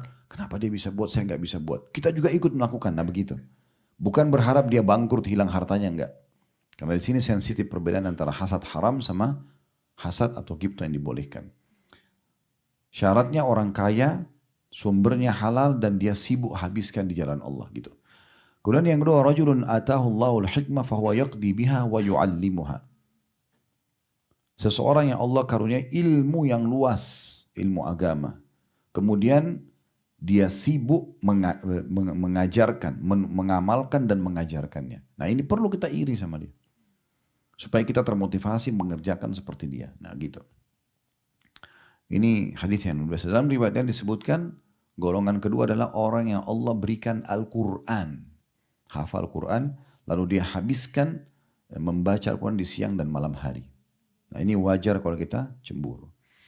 Ada hadis yang saya akan sampaikan sekarang, hadis Hasan riwayat Tirmidzi. Ini hadis selalu saya jadikan motivasi untuk saya selalu semangat belajar teman-teman sekalian. Karena ada saatnya kita semangat, ada saatnya kita tidak semangat. Ini kita butuhkan sekali. Luar biasa keutamaan ilmu di hadis ini. Hadis riwayat Tirmidzi dengan sanad hasan dari hadis Abu Umamah radhiyallahu anhu. Kata Nabi SAW, fadlul alimi alal abidi, perbedaan dan keutamaan seorang yang alim, faham agama, dan dia amalkan, dengan seorang abid, ahli ibadah. Dia suka ibadah tapi nggak punya ilmu. Sehingga ibadahnya bisa benar, bisa salah gitu. Perbedaannya, Keutamaan orang yang alim ini punya ilmu sehingga semua panduan ibadahnya itu benar sesuai dengan panduan. Dengan orang yang abid, semangat ibadah saya tapi tidak punya ilmu. Kafadli, kafadli ala adnakum. Seperti perbedaan antara kedudukanku kata Nabi dengan orang paling bodoh di antara kalian. Ini luar biasa. Ya, renungi baik-baik hadisnya ini. Kata Nabi SAW, perbedaan seorang alim yang faham agama dan dia amalkan dengan orang abid, semangat ibadah tapi nggak punya ilmu. Ini sering terjadi ya. Kalau kita lihat di masjid-masjid itu banyak orang sholat tapi safnya belum rapat, tata cara sholatnya masih salah. Abid suka ibadah. Dia berzikir tapi zikirnya tidak ada panduannya. Beribadah tapi tidak pernah ada panduannya. Tidak ada ilmunya. Maka perbedaannya kata Nabi SAW seperti kedudukanku Nabi dengan orang paling bodoh di antara kalian. Seandainya Nabi SAW bilang perbedaannya seperti aku sama orang alim kalian, itu aja masih jauh sekali perbedaan. Ini antara aku dengan orang paling bodoh di antara kalian. Itu luar biasa itu. ثم قال رسول الله صلى الله عليه وسلم, kemudian Rasulullah SAW bersabda, Inna Allah wa malaikatahu wa ahlas samawati wal ardi hatta namlata fi juhriha wa hatta al-huta la yusalluna ala muallimin nasil khair. Dan ketahuilah sesungguhnya Allah, pencipta langit dan bumi. Allah saya sudah cukup, tapi ditambah sesungguhnya Allah, seluruh malaikat-malaikat miliaran jumlahnya. Ya, malaikat ini jumlahnya berlipat-lipat dibandingkan kita ya. Manusia itu didampingi 3 malaikat. Kita ini semua 3 malaikat. Pencatat amal baik, catat amal buruk, dan ada malaikat hafadhah, penjaga kita dari sesuatu yang berbahaya. Gitu kan? Kalau kita jumlah manusia populasinya sekarang sekitar 7,5 miliar misalnya. Malaikat 3 kali lipat baru yang dampingi manusia. Belum yang menurunkan hujan, belum yang mengurus lautan, belum yang menggantikan siang dan malam, belum ini, belum itu. Jumlahnya mereka banyak. Makanya kata Nabi SAW, di langit ke-7 ada namanya Baitul Ma'mur. Sebagian ulama mengatakan dia segaris dengan Ka'bah, sebagian di atas gitu. Tempat tawafnya malaikat. Setiap hari ada 70.000 malaikat tawaf, pergi nggak pernah kembali lagi. Allah terus menciptakan malaikat gitu. Ya. Jumlahnya banyak sekali mereka. Nah kata Nabi SAW, sungguhnya Allah, seluruh malaikat-malaikatnya yang miliaran itu, bahkan seluruh penduduk langit, bisa bintang-bintang semuanya, jumlahnya miliaran. Ilmuwan karena tidak bisa hitung, bahasanya miliaran. Dan seluruh juga penghuni bumi, pohon-pohon, batu, air, semuanya, udara, ya, bahkan semut yang ada di dalam sarangnya, dan ikan paus, ikan besar yang ada di lautan, mereka semua mendoakan kebaikan untuk orang yang mengajarkan kebaikan kepada manusia. Berapa miliar ini makhluk Allah, malaikat, semua penghuni langit, semua penghuni bumi, semut-semut yang biasa kita lihat itu, semua ikan di air, semuanya mendoakan kebaikan. Hanya duduk ngajarin orang agama. Tapi nggak bisa kita ngajar kalau kita sendiri nggak belajar. Gimana caranya? Makanya wajib lowongkan waktu belajar. Sekali lagi saya ulangi, bawa pulang ini Bapak Ibu sekalian. Ilmu itu harus kita mendatanginya. Tidak bisa ilmu itu datang sendiri. Menghayal tiba-tiba pintar agama tidur. Gak mungkin. Atau tidak pernah mau belajar. Gitu kan? Dan jangan bilang, oh saya kalau belajar agama nanti kalau saya banyak tahu banyak haramnya. Jangan. Memang harus begitu dipandu. Ya. Karena yang haram itu sedikit. Yang halal itu banyak. Haram itu datang hanya sebagai ujian. Allah haramkan babi, Allah ganti dengan sapi, kambing, ayam, kelinci, banyak gantinya. Ini cuma ujian saja. Allah haramkan khamr, Allah ganti susu, madu, sirup, jamu, banyak yang lain halal. Allah haramkan zina, Allah datangkan nikah, ada solusinya. Ibnu Qayyim rahimahullah berkata tentang masalah hadis tadi yang kita bacakan, karena sebab mengajarkan kebaikan didapatinya keselamatan dan kebahagiaan.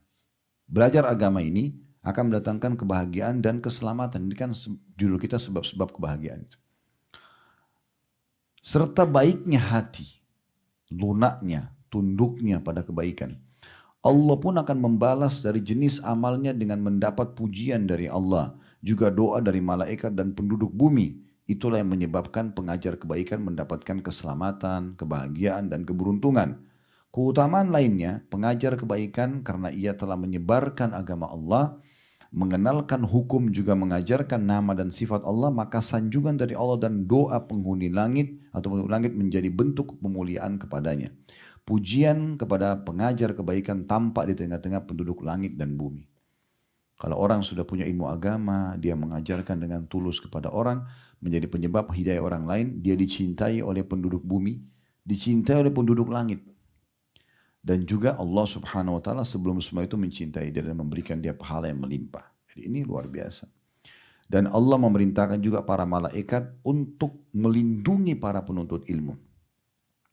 Sebagaimana dalam hadis yang sahih, diriwayatkan oleh Abu Daud, disahihkan oleh Syekh Al-Albani, hadis yang masyhur, kata Nabi SAW, ini gabungan beberapa keutamaan ilmu. Man salaka tariqan yatlubu fihi ilman salakallahu bihi tariqan bihi min turukil jannah.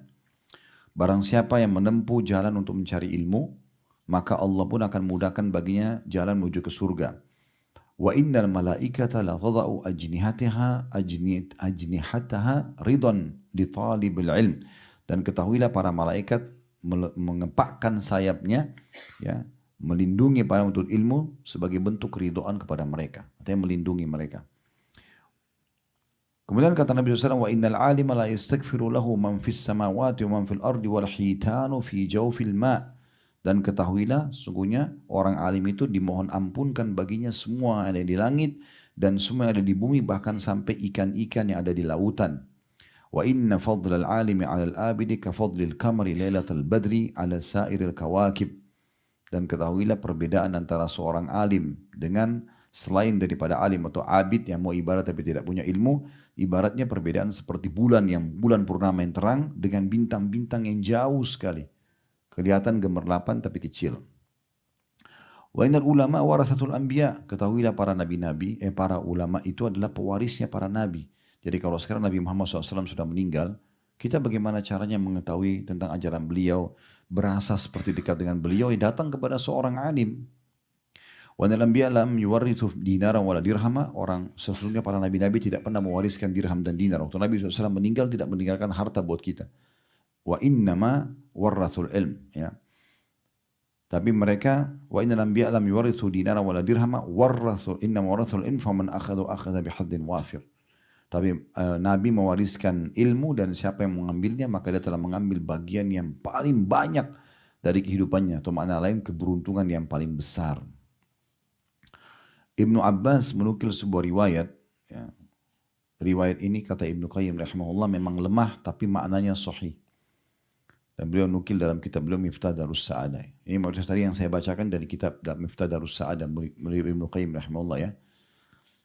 Yaitu sabda Nabi SAW, faqihun wahid asyaddu ala syaitani min alfi abid. Ketahuilah bahwasanya seorang faqih yang faham agama lebih ditakuti oleh syaitan dibandingkan dengan 1000 ahli ibadah. Orang kalau cuma semangat ibadah tidak punya ilmu, syaitan bisa alihkan dia menganggap apa yang dia buat benar seakan-akan ibadah padahal tidak. Nah itu banyak terjadi kan. Banyak terjadi. Karena mereka tidak punya ilmu, akhirnya mudah digoyahkan sama syaitan. Tapi kalau dia belajar punya ilmu syar'i, punya dalil, maka dia tidak mau buat kecuali ada dalilnya. Syaitan tidak bisa goda dia di situ. Paling cuma digoda untuk mengurangi kadar pahalanya. Supaya tidak terlalu khusyuk sholat, supaya mengurangi kadar sedekahnya. Tapi dia tetap akan kerjakan karena punya ilmunya. Gitu. Itu yang luar biasa. Gitu.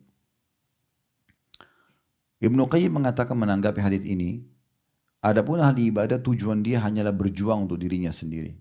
Sementara ahli ilmu untuk dirinya dan orang lain. Maka akan beda sekali manfaatnya. Orang yang berilmu akan selamat daripada laknat Allah, murka Allah. Nabi SAW mengatakan dalam hadis, ya, yang Hasan diriwayatkan oleh Tirmidzi dan juga Al-Baihaqi dalam Syu'abul Iman, kata Nabi SAW, ad-dunya mal'unah. Dunia ini dilaknat, mal'unun ma fiha, terlaknat yang ada di dalamnya, illa dzikrallahi wa ma walah, kecuali zikir kepada Allah dan yang bersama dengan zikir itu. Ya. Baca Al-Quran dengan doa, zikir misalnya. Wa aliman au muta'alliman. Orang yang alim mengajarkan agama dan orang yang belajar agama. Ini betul-betul terlaknat, selamat daripada laknat Allah subhanahu wa ta'ala. Kita tutup dengan beberapa hadis mulia ini. Orang kalau keluar nuntut ilmu, Bapak Ibu tadi dari kamar hotel ke ruangan ini seperti jihad. Cuma keluar dari kamar, duduk di ruangan AC begini, Perlu Bapak Ibu tahu zaman dulu orang kalau nuntut ilmu itu panas-panasan. Kita sudah enak, kursinya enak, ruangan enak, hotel bintang 5 lagi. Ya. Tinggal dengar doang, modalnya cuma duduk dengar. Itu modalnya. Renungi, oh iya ini ilmunya, amalkan. Mau lebih bagus tulis. Biar tahu, oh iya ternyata ini, ternyata itu. Praktekkan, itu. Ya. Itu aja modalnya. Itu sama dengan orang pergi perang, berjihad, panas-panasan segala macam. Karena kata Nabi SAW dalam hadis riwayat Tirmidzi, man kharaja fi talabil ilm fahuwa fi sabilillah hatta yarji'. Siapa yang keluar menuntut ilmu maka dia dihitung di jalan Allah sampai dia ya, pulang. Sampai dia pulang. Jadi ini memang luar biasa ya peringatan dari Nabi alaihi salatu wassalam. Dan dalam sebuah riwayat yang lain ya, kata Nabi SAW, seingat saya hadis ini dihasankan oleh para ulama, siapa yang keluar menuntut ilmu ikhlas karena Allah, maka dia diberikan pahala haji lengkap nih, kayak pahala haji begini. Ini dari kamar ke sini doang nih, duduk 1 jam dengerin. Yang kita buat rangkaian haji semua satu paket tuh biaya besar jalan, didapat dengan 1 kali duduk begini. Kenapa nggak mau dengerin? Kenapa masih malas buka YouTube yang dibuka yang lain selain ilmu? Kenapa? Kadang-kadang syaitan bisikin kita Bapak Ibu sekalian. Tadi kan sudah dengar ceramah 2 jam, masa ceramah lagi? Iya, ceramah lagi memang. Itu syaitan itu. Karena kalau Bapak Ibu habis dengar ceramah, dengar yang lain, ilmunya terkikis. Nanti dia akan bersaing mana yang lebih dominan nih. Enggak, memang dari ilmu ke ilmu yang lain. Kalau dalam 1-2 jam kita bisa rasakan keimanan, bagaimana kalau 10 jam? Gak masalah. Jadi saya selalu sarankan jemaah, teman-teman sekalian ceramah sudah banyak. Di antara ceramah kami. Di download, ditaruh di flash disk, di hard disk, colokin di mobil. Setiap starter mobil, baik Bapak Ibu yang bawa sendiri atau memang misalnya ada drivernya, starter itu selalu nyambung. Apalagi kalau kajian-kajian panjang. Saya pernah diundang di Bali sama satu panitia, rupanya bapak yang jemput saya itu, begitu starter memang ceramah saya yang didengar sama dia. Anaknya yang buatin, dicolokin flash di situ. Jadi rupanya bapak ini kemana-mana dia setir mobil sendiri, jadi selalu dengar dan continue. Begitu dimatiin masuk satu toko, masuk naik lagi nyambung lagi. Apalagi kajian sirah, penjelasan tentang kisah sahabat itu kan enak banget tuh nyambung dia. Daripada kita di jalan kosong cuma lihat helmnya orang warna apa, mobilnya orang apa, nggak ada gunanya gitu kan. Dengarin. Apalagi kalau teman-teman yang masih sibuk dengan dengar musik kan beda sekali dengan dengar Al-Quran. Saya juga menyarankan bisa diselingi antara ilmu dengan Al-Quran. Tapi kalau dengar tilawah Al-Quran, usahakan ada terjemahannya. Jangan Al-Quran aja. Cari download yang Al-Quran terjemahan. Jadi Bapak Ibu ngerti. Kalau orang Arab tidak butuh terjemahan. Kita butuh. Dengarin itu. Jadi tahu alhaakumut takatsur. Oh, celakalah orang-orang yang terus mengumpulkan harta. Kenapa mereka? Kalau tidak tahu sumbernya halal. Terus mereka sibuk dengan itu lari-lari dari ibadah. Hatta zurtumul maqabir. Sampai kalian menziarahi kuburan. Gitu. Jadi kita tahu, oh ini yang sedang dibaca. Imam-imam haram itu pernah lihat tidak? Kalau mereka, atau pernah dengar. Mereka lagi sholat terus tiba-tiba nangis. Itu karena mereka faham artinya. Sayang kalau kita nggak faham. Anak-anak dari kecil, dengarin Al-Quran aja terus. Al-Quran aja terus, biasakan mereka dengar. Kalau kita 30-40 tahun baru bisa ngaji, anak-anak 10 tahun hafal Quran. Tutupi kekurangan kita di mereka. Jangan wariskan keburukan kepada keburukan. Ibunya hamil di luar nikah, anaknya juga nggak apa-apa. Nak, ibu dulu begitu kok. Kan aneh ini. Ayahnya tanya, saya pernah dengar orang begitu, depan saya ngomong, ini anak saya sudah bujang. Mana? Saya tanya, mana pacarmu nak? Loh subhanallah. Ayah juga dulu begitu, banyak pacarnya. Oh playboy dulu, bangga. La haula wa la quwata illa. Usahakan sekarang anak kita tidak pernah sentuh yang bukan mahramnya. Bukakan pintu pernikahan. Selesai gitulah. Tutupi kekurangan kita di situ, jangan malah warisan keburukan gitu. Saya pernah kedatangan seorang bapak, saya selalu jadikan bahan ceramah karena saya tertarik dengan pola beliau. Sering saya juga bahasakan, Bapak Ibu sekalian jadikan majelis ilmu hiburan anak-anak. Jangan cuma selalu mall, jangan cuma selalu tempat mainan mereka. Biasakan majelis ilmu itu bukan untuk kakek-kakek, nenek-nenek, anak kecil pun layak. Saya lihat ini waktu saya sampaikan, subhanallah, kalau kami tablik akbar di Blok M di Jakarta tuh Masya Allah yang hadir 10.000 orang. Saya tak tahu ini itu enggak hitung, tapi saya tanya panitia, oh ini kalau penuh semua bisa 10.000 orang. Baik, itu ada yang datang bapak-bapak bawa anak kecil, Anak-anaknya duduk 2 jam, 3 jam dengarin. Ada anak kecil tuh mungkin karena sudah semangat dia sampai nulis tuh. Masya Allah. Saya pernah kedatangan satu bapak di pengajian di Kalibata. Anaknya dibawa mungkin 7 tahun, salaman. Ustaz, Assalamualaikum, salam. Ini anak saya juga Ustaz, salaman. Saya pikir cuma mau salaman biasa. Habis itu bapaknya bilang, Ustaz, ini anak saya sudah 1 tahun dengerin ceramah Ustaz. Sebelumnya nggak pernah mau dengar. Tapi saya selalu terapkan sama dia. Setiap mau tidur dengar ceramah Ustaz. Didengarin sama dia. Sekarang sudah setahun dia dengar ceramah Ustaz. Dan saya perlu sampaikan Ustaz, saya hitung anak saya ini sudah dengarkan ceramah Ustaz 300 judul. Umur 7 tahun. Saya waktu itu merenung, anak seperti ini. Kalau dia seumur saya 40 tahun ke atas, bagaimana ilmunya anak ini? Kan gitu. Kita juga tidak repot lagi nanti pandu dia, karena dia sudah tahu ini boleh atau tidak boleh. Kan gitu. Sama juga dengan saya berbagi kalau teman-teman kalau disuruh pilih anaknya masuk pesantren atau tidak. Masuk pesantren. Jauh dari orang tua, tidak apa-apa. Orang di pesantren, saya pernah di pesantren. Azan disuruh ke masjid. Tiap hari mendengarkan firman Allah, sabda Nabi SAW. Bagus, itu membantu kita. Anak-anak biasa kalau di rumah terus itu mereka karena tahu orang tuanya manjain, tidak mau dengar. Pesantren itu membantu banget dan memang umur SMP sampai SMA ini masa pembentukan karakter. Kenapa pesantren dibuat situ? Karena itu masa pembentukan karakter. Ini perlu untuk digarisbawahi tentu-tentu. Baik, sudah azan ya. Kita masuk kepada hadis yang terakhir mungkin. Cukup banyak hadis tapi saya mau sampaikan hadis ini. Yaitu sabda Nabi SAW. Kalau kita sudah belajar agama, yang penting ilmunya sudah kita pelajari ya. Dan usahakan menjadi seorang praktisi. Praktekin baru kita ajarkan. Itu ada keberkahan. Karena Nabi SAW bersabda, baldighu anni walau ayah. Sampaikan dariku walaupun sebuah ayat saja. Jadi memang Nabi SAW sampaikan ini dalam hadis Bukhari agar kita jangan ragu dalam mengajarkan apa yang kita sampaikan. Tapi ingat yang kita sampaikan kalau kita sudah punya ilmunya. Sebagian ulama ada yang mengatakan, boleh nggak seseorang itu menyampaikan ilmu sementara dia belum praktikin? Maka ada rinciannya. Kalau yang dia sampaikan memang belum memungkinkan dia untuk mengamalkan, misal contoh, boleh nggak ustadz yang bujang atau ustazah yang masih gadis nyampaikan tentang bab nikah? Boleh saja. Karena dia bukan tidak mau kerjakan. Dia akan kerjakan. Tapi bab ini harus dijelaskan.